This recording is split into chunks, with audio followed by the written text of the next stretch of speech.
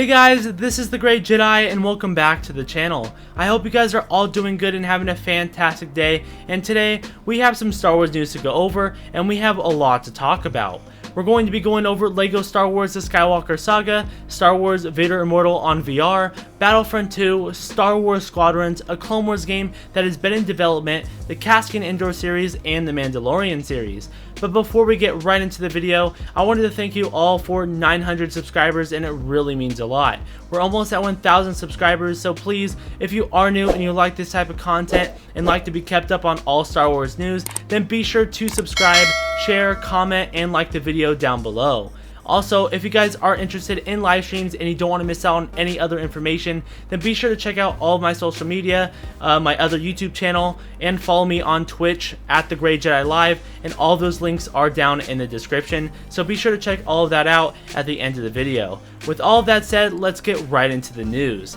Now, starting off with Star Wars Vader Immortal on VR, it has been an Oculus exclusive, but it is now officially confirmed to be coming out on PlayStation VR on August 25th. And I have got to say, that is amazing, and I feel so happy for the people that have PlayStation VR, because from a Quest owner's perspective that loves Star Wars, I have got to say that Vader Immortal episodes are one of the best Star Wars experiences that I've ever experienced in my entire life. So if you have a PlayStation VR and you don't really know what this game is about, just know that I highly recommend it, and there's a trailer as the background footage to give you guys an idea of what the game is about. Personally, I thought the trailer was pretty good of giving you a cool glimpse between the 3 episodes, and they're only like $10 each. So if you still want some more info about Vader Immortal, be sure to check out the channel playlists. Now that we have Vader Immortal out of the way, let's move on to LEGO Star Wars The Skywalker Saga. And if you haven't noticed already, there has been tons of videos, websites, and other sources that have been claiming that there's huge news for this game, but I have to tell you guys that's not really true. In fact, the huge news that they're talking about are basically all leaks and teases, and I hate to be the bearer of bad news, especially since I really like this game and I want it to do good, but realistically there just hasn't really been a whole lot of news, and that's exactly why this video is coming out the time that it is, and not when these leaks just get discovered, because obviously you guys know when there's big news, I cover it right away. But with a lot of little stuff like speculation, leaks, teases, and all that good stuff, I'll just bring it up to you guys in a video like this. Just remember, I don't cover just any leaks, but just really the ones that I believe are credible, or I believe are going to come true, or if I feel like my viewers are being led in the wrong direction, because I don't want anyone to get their hopes up about something, and I'm just telling you guys this because if it turns out to be nothing, I know how that can feel, and it's a very sucky feeling. I just don't want you guys to be led in the wrong direction by fake news or leaks. Just keep in mind, if you're subscribed and you watch my content, you are caught up on everything Star Wars. Although, that's not to say that there's no news, because there is, and I'm going to keep you guys updated on all of it. I just don't think it's enough to have its own video right when the leaks came out, but since there's quite a few things to talk about right now, this is the perfect time. So starting off with the confirmed information about the Skywalker Saga is that the devs are still marketing the game to come out this year in 2020 instead of it being delayed. We now know this through the promotional images inside of the Blocks magazine and through game codes, which I have got to say is pretty interesting. I'm all for it coming out this year, but I just really hope they don't rush the game, and if that means that the game will be better or have more content, I would just rather wait till springtime in 2021. Also, since this game is on track to come out this year, then if I were them, I would start promoting the game a whole lot more, or at least giving us some more news about it for people to spread the word around, and so that it will get more people excited for the game, because that will even result in even more sales. And it looks like we actually might be getting some more news in the future. I say this because we were told we would be getting more news towards the end of summer, and obviously we haven't received that news. Well, on Twitter, James tweeted that summer will be over in 3 weeks, meaning we should be expecting news from them by the end of summer, and once they reveal anything, I'll be sure to let you guys all know. So besides the 2020 release date not changing as of right now, we do know that the game is being play tested, because the design director Tim Spencer said that the last game he played was LEGO Star Wars The Skywalker Saga, so that's all good news. Well, that's all of what has been confirmed, so now let's move on to some of the teases and leaks. As for the teases, there has been developers that have been working on the game that aren't revealing anything, but are just kind of throwing Star Wars teases around, basically just saying Star Wars lines that doesn't mean anything that we know of as of right now. As for the leaks, there has been 2 different leaks that I feel like might be true, but just take this information with a grain of salt, because for all we know, this can just be a work in progress, and this could not be the final product. With that said, the main menu screen was leaked, and in my opinion, it looks pretty dang cool. Obviously, I would like some other characters on it, but you never know, it could be like an animated menu screen, which I would love even more, where it could show all different kinds of Star Wars characters that are in the game. I'm not going to be reading off all the names of everyone in this picture, because you guys can just pause the video if you want to look that deep into it. But for right now, let's dive into the other leak. Now for this next leak, you can see by the screenshot that there is a spot for 8 different DLCs, which can be very interesting. I would love DLC in this game, especially if it's like Mandalorian, Rogue One, or even all of the side stories in solo films. Now moving on to Battlefront 2,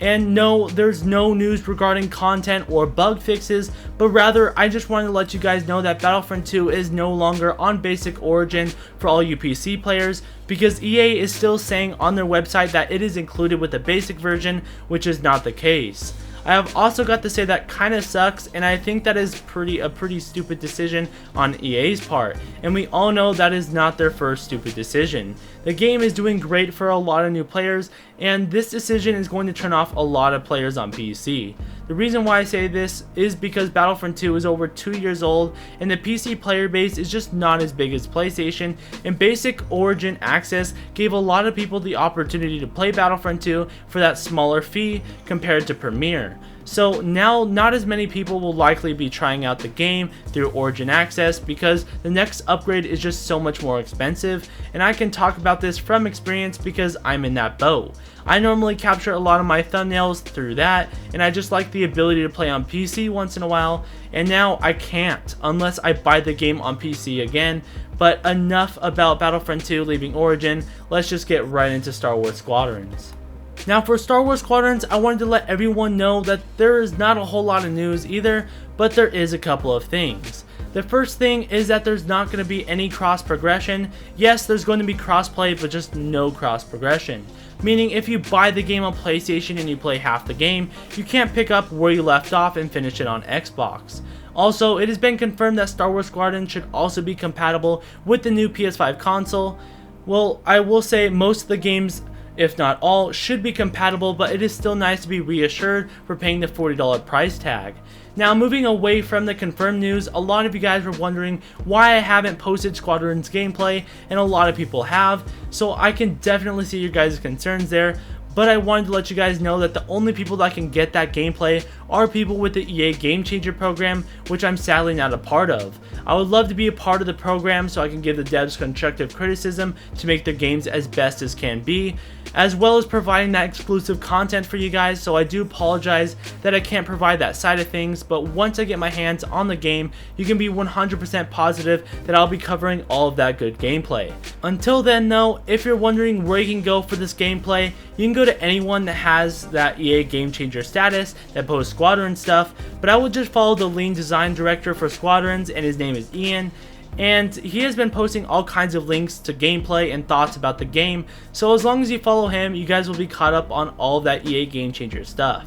Other than that, I'm here getting you guys all covered on this channel. Now speaking about the gameplay, I have seen it and it looks really fun, but I haven't seen any specific VR gameplay, which I honestly would rather see more of compared to console or PC, and I have concerns about it, but that will be for another future video when it gets closer to time. But who knows, maybe we'll get something even sooner, because the design director was saying that Squadrons on VR is going to be an amazing experience. Now moving away from Star Wars Squadrons, there has been a Clone Wars game that has been in development for several years by just a couple of fans and a couple of developers as a fun project called Star Wars Redemption. Star Wars Redemption is a Clone Wars game inspired by the Clone Wars TV show. Now if you want any more information about the game, I'll leave the link to the website in the description down below, as well as the main creator's YouTube channel. and the only reason why I even brought this up in today's video is because it's been getting a lot of attention since the game has basically been abandoned as of right now, meaning it's canceled,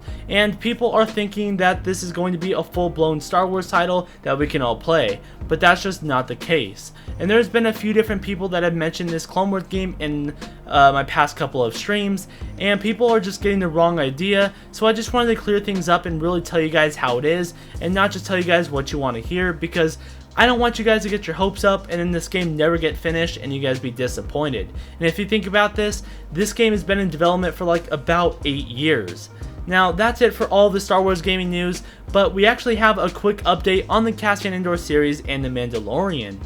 As for the Cassian Andor series, the cast has been released, so now we know that they're continuing to go forward with the show and they're just one step closer to launch. As for the Mandalorian series, we found some pretty interesting plot points, which I found very interesting. In an interview with Giancarlo, who plays Moff Gideon, he has revealed that the Darksaber is going to play a big role in the next part of the series. One of the things that he specifically said in the interview was that the Darksaber is a key to Moff Gideon's past, which possibly has a lot to do with where he comes from and his desire to build a planet and bring it back together. So with that said, you can take that as you will, but that reveals a whole lot to me, and I'm thinking Season 2 is going to be a great season where we got a lot of things going on between what's going on with Mandalore in this time period and a lot of the different characters in this cast that have been heavily leaked with Ahsoka, Boba Fett, and a whole lot more. But if you guys are wanting to see this article interview, I'll leave it down in the description. Anyways, that does it for the Star Wars News Roundup. If you guys enjoyed the video and you like this type of content, please consider subscribing and smashing that like button down below to help this channel out, because we're at almost 1,000 subscribers, and from my last news update video, over 70% of you guys aren't even subscribed, and that is just insane. So it would just mean a whole lot if you did subscribe. It's free, so please don't forget to hit that button. Also, I'm very curious to see what you guys think of all the little news and leaks that have been slowly revealed over time, so be sure to share all of your thoughts in the comments down below. Anyways, I hope to catch you guys all in Friday's stream, and may the Force be with you always.